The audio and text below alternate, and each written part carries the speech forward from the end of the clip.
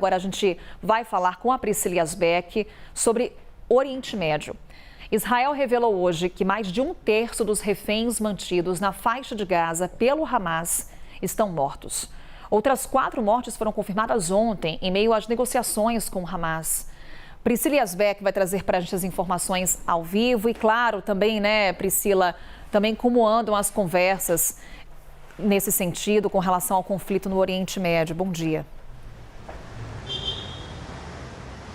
Bom dia, Carol. Bom dia a todos que nos acompanham. O governo israelense, então, divulgou mais informações sobre esses reféns que ainda estão detidos pelo Hamas e também confirmou a morte de 4 reféns. Começando pelas informações gerais, então, o governo israelense falou que das cerca de 250 pessoas sequestradas no dia 7 de outubro, no dia dos ataques feitos pelo Hamas, 120 pessoas ainda permanecem em cativeiro e 43 delas estariam mortas. Isso com base em várias informações, incluindo denúncias de inteligência, vídeos de espectadores e análises forenses, foi o que disse então o governo israelense. Dos cerca de 120 reféns, então cerca de um terço desses reféns estariam mortos então. E outras 4 pessoas teriam sido feitas reféns antes dos ataques do dia 7 de outubro, portanto seriam 124 reféns ainda detidos pelo Hamas. O Hamas, por sua vez, diz que as mortes de parte desses reféns foram causadas por ataques aéreos israelenses. O governo israelense não nega que em todos os casos as mortes foram feitas pelo Hamas, não confirma, claro, que os ataques aéreos das forças israelenses podem ter matado alguns reféns, mas é o que alega o Hamas, então, ali uma guerra de narrativas também em relação a isso. E nessa segunda-feira, o governo israelense divulgou uma notícia muito triste, dizendo que 4 reféns foram confirmados, a morte de mais 4 reféns foram confirmadas, são Shahin Peri, de 80 anos, Yoram Metzger, de 80 anos, Amiram Cooper, de 84 anos e Nadav Poplewell, de 51 anos. O principal porta-voz das Forças de Defesa israelense, o Daniel Hagari, disse que divulgou um comunicado e nesse comunicado ele disse: seus entes queridos foram mortos há alguns meses durante o cativeiro do Hamas.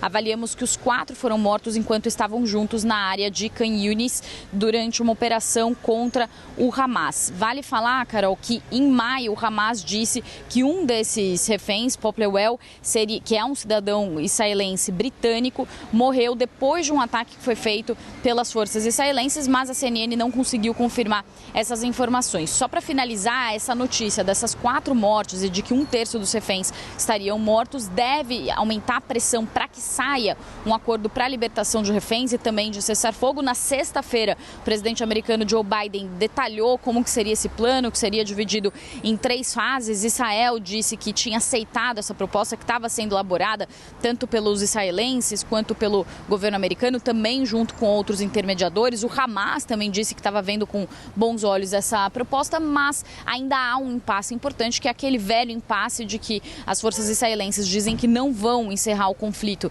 enquanto não eliminarem por completo o Hamas, e o Hamas diz que não vai libertar reféns enquanto as forças israelenses não se retirarem totalmente da faixa de Gaza. Então, a fala de Biden gerou um otimismo, mas o impasse segue. Volto com você, Carol.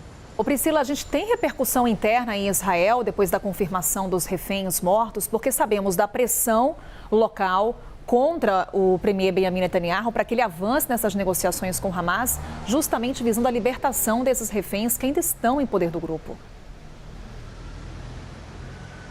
Exatamente, Carol. Depois da divulgação dessa notícia, pessoas foram às ruas em Tel Aviv para protestar mais uma vez e pedir a libertação de reféns. Inclusive, a associação que representa as famílias dos reféns disse que é urgente essa libertação e que as partes cheguem a um acordo de cessar-fogo. Mas logo depois que o presidente americano Joe Biden falou sobre esse novo plano que estava colocado na mesa, que Israel teria aceitado, inclusive isso segundo informações declarações de um dos principais conselheiros de Benjamin Netanyahu, do primeiro-ministro israelense.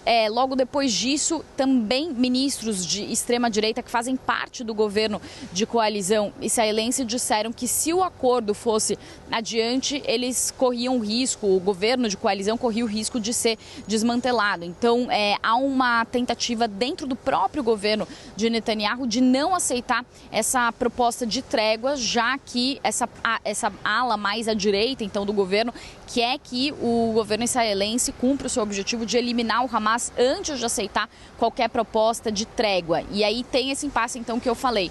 E as famílias, claro, fazem um esforço muito grande, inclusive essa associação das famílias dos reféns falou que esses reféns deveriam ter retornado vivos ao seu país e à sua família, e também falam que eles foram sequestrados com vida, né? Então é realmente uma situação muito complexa, as famílias fazendo muita pressão. Talvez isso traga alguma pressão em termos dos acordos, né, para cessar fogo e libertação dos reféns, mas ainda com esse impasse tanto interno quanto nessa questão aí entre Israel e Hamas, que as duas partes não conseguem chegar então num consenso.